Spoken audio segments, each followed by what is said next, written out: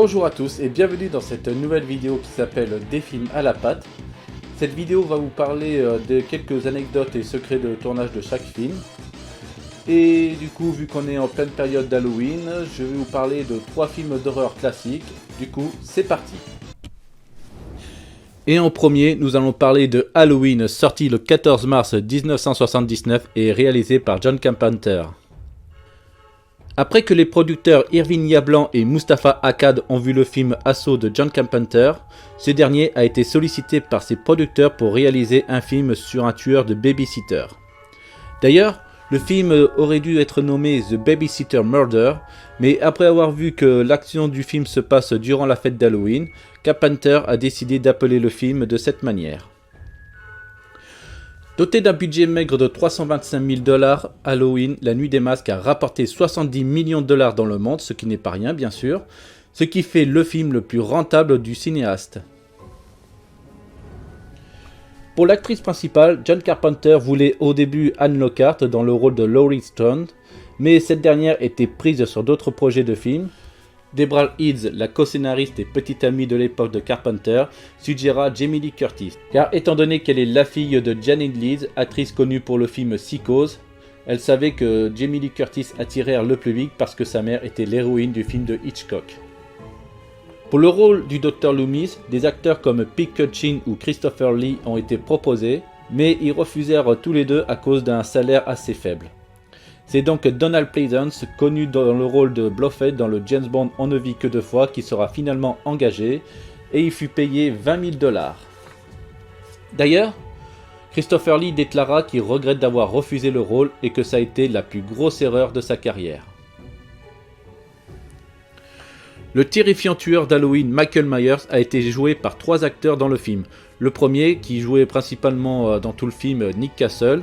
Le deuxième, Tony Morone pour la scène où le personnage est démasqué. Et Will Sundin qui joue Michael enfant au début du film. Ah oui, sachez que le célèbre tueur d'Halloween en VF ne s'appelle pas Michael mais Michel. Qui est pas très effrayant pour un célèbre tueur d'Halloween. Voilà, et maintenant passons tout de suite à l'anecdote qui explose. Ouais, je sais, je suis un peu nul en effets spéciaux, mais c'est pas grave, c'est pas le but. Bon, pour l'anecdote qui explose. Si vous demandez l'origine du masque blanc de Michael Myers, à la base, le masque du tueur devait représenter un clown comme celui qu'il portait en étant enfant, mais l'équipe n'était pas très convaincue, du coup Tony Lee Wallace, le directeur de production et ami de John Carpenter, avait fait un tour dans une boutique et avait vu un masque en latex représentant le capitaine Kirk de Star Trek. Il acheta le masque pour à peu près 10 $, puis fait des modifications comme agrandir les trous pour les yeux, teindre les cheveux et repeindre le visage en blanc, et ainsi fut né le masque le plus iconique du cinéma d'horreur. Voilà. Mais du coup, passons tout de suite à Vendredi 13. Vendredi 13, sorti en 1980 et réalisé par John S. Cunningham. Inspiré par Halloween et l'abbé sanglant de Mario Bava, Cunningham voulait réaliser un film délibérément choquant visuellement pour impressionner le spectateur. A l'origine, le film aurait dû s'appeler A Long Night at Camp Blood, qui veut dire une longue nuit au camp sanglanté. Mais le réalisateur changea le titre pour une raison de droit avec le scénariste Victor Miller. Il baptisera finalement le film Vendredi 13 car c'est le jour où le petit Jason est déclaré mort noyé le 13 juin 1957 et c'est aussi le jour où les moniteurs décident de rouvrir le camp de Crystal Lake le 13 juin 1980 et c'est tombé aussi sur un vendredi. Salut à tous, ici moi du futur. Alors désolé pour ma coiffure, désolé pour la vidéo dans laquelle je filme parce que je filme avec mon téléphone et non, le micro qui est à côté de moi n'est pas branché.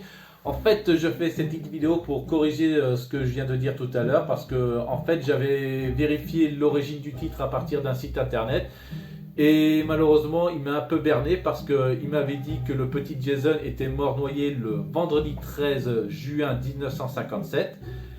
Mais après ça, j'ai vérifié et malheureusement, non, le 13 juin 1957 n'était pas un vendredi mais un jeudi. Voilà, je me suis fait avoir.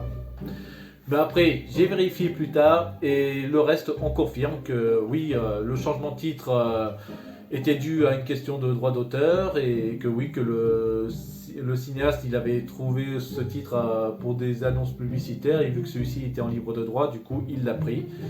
Et pour l'action du film, vu que l'action principale du film se passe le 13 juin 1980, celui-ci, j'ai vérifié, c'est confirmé, le 13 juin 80, ça se passe un vendredi. Voilà, il y a un vendredi 13 bien confirmé. Voilà, c'était ma vidéo correction, du coup on poursuit la vidéo. Comme on le sait, le célèbre slasher Jason Voorhees n'est pas le méchant principal du premier volet. Il est tout simplement qu'un élément du scénario, mais saviez-vous qu'au départ, il devait pas s'appeler Jason, mais Josh Voorhees. Mais ils trouvèrent que Josh était un prénom un peu trop gentillet. Et du coup, ils ont trouvé un prénom assez sombre que tout le monde connaîtra. Ah oui, et en VF, son prénom a été changé en Jackie. Eh oui, tout comme Michael, son prénom a été changé en VF. Ça c'est super qu'en France on avait deux monstres sacrés du cinéma d'horreur qui s'appellent Jackie et Michel.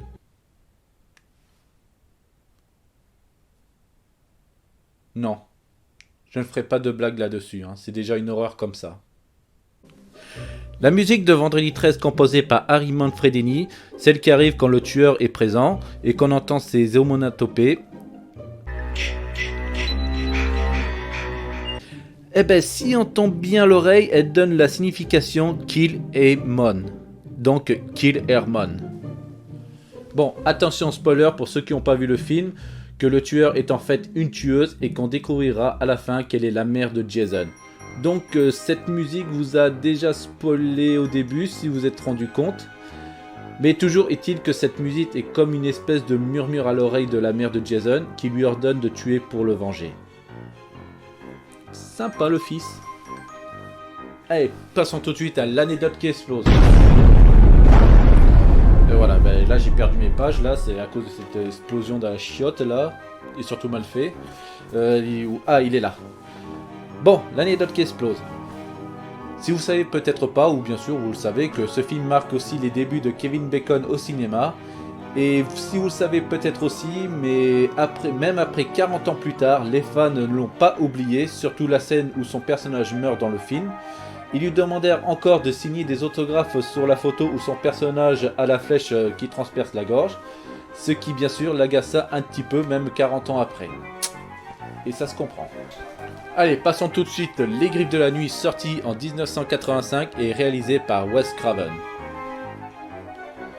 Ce film est inspiré de faits divers au début des années 80. Plusieurs hommes, dont certains sont des émigrés de Cambodge, présentent des défauts cardiaques dès leur venue aux USA qui provoquèrent du stress et des cauchemars qui déclenchent un arrêt cardiaque. Quand Wes Craven a entendu parler de cette histoire, il a eu l'idée de créer un monstre qui traque ses victimes à travers leurs rêves. Pour créer ce célèbre monstre, Wes Craven s'est inspiré d'un homme qui lui faisait peur quand il était enfant. L'homme était ivre et déambulait sur la rue là où il habitait. Une fois, il avait réveillé Wes et lorsqu'il est allé à la fenêtre, l'homme le fixa. Ce qui le terrifie tellement qu'il s'est précipité pour réveiller son frère. Il se rappela que l'homme portait un chapeau, ce qui fit un élément descriptif de son personnage. Pour le mythique pull à rayures, Craven a choisi la couleur rouge et vert car il a lu dans une revue scientifique qu'elle serait la couleur la plus dissonante que la rétine humaine pouvait détecter.